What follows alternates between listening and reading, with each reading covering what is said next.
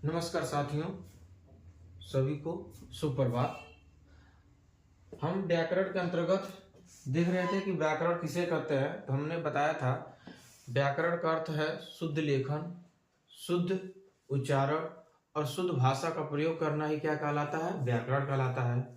और व्याकरण का अर्थ पूछे तो व्याकरण का अर्थ है भली भांति समझना।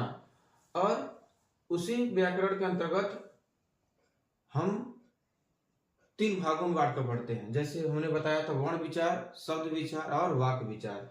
तो आज हम लोग देखेंगे वर्ण। क्या देखेंगे? वर्ण।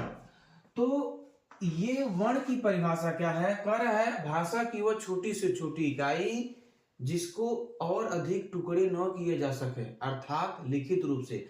हमने क्या कहा कि भाषा की वह छोटी से छोटी इकाई जिसके और अधिक टुकड़े न हो, वह क्या कहलाता है? भाषा कहलाता है, वर्ण कहलाता है। क्या कहलाता है? वर्ण। अर्थात किस रूप से? लिखित रूप से। अर्थात लिखित रूप से।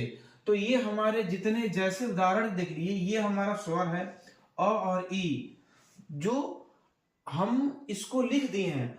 और क्या कर रहे हैं कि लिखित रूप से अब इसको हम और छोटा नहीं कर सकते हैं। अगर अब देखिए ये हमारा क है, अब इसको और छोटा कर सकते हैं क्या?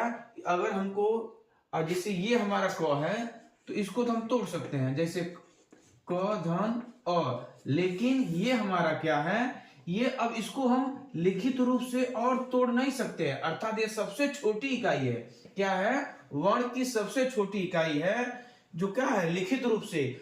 मतलब लिखित रूप से इसको और तोड़ नहीं सकते हैं।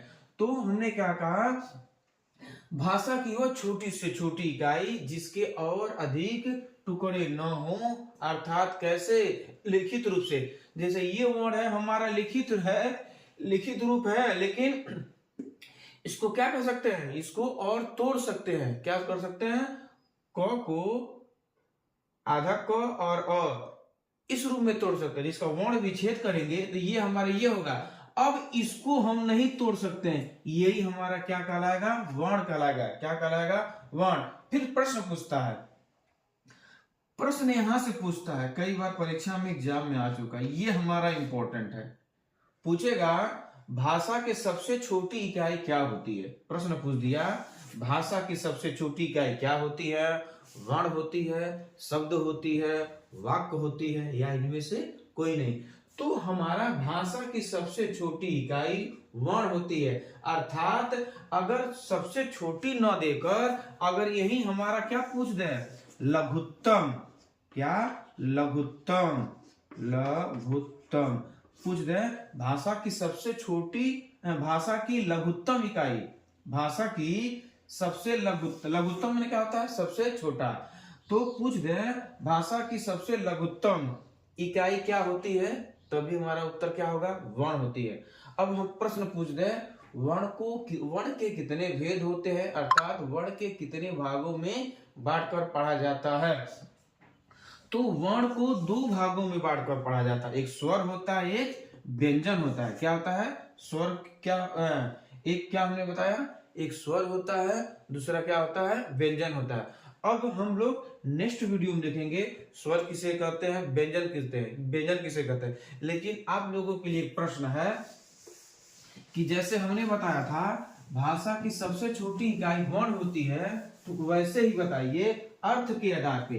प्रश्न है हमारा, प्रश्न क्या है? प्रश्न है अर्थ के आधार पर भाषा की लघुत्तम या सबसे छोटी इकाई क्या है? प्रश्न है कि अर्थ के आधार पर भाषा की सबसे लघुत्तम इकाई क्या है?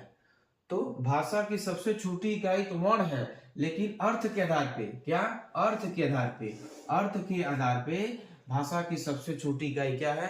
इस प्रश्न का उत्तर आप लोग कमेंट करके बताइएगा, नेक्स्ट वीडियो में इसको भी बताऊंगा। धन्यवाद।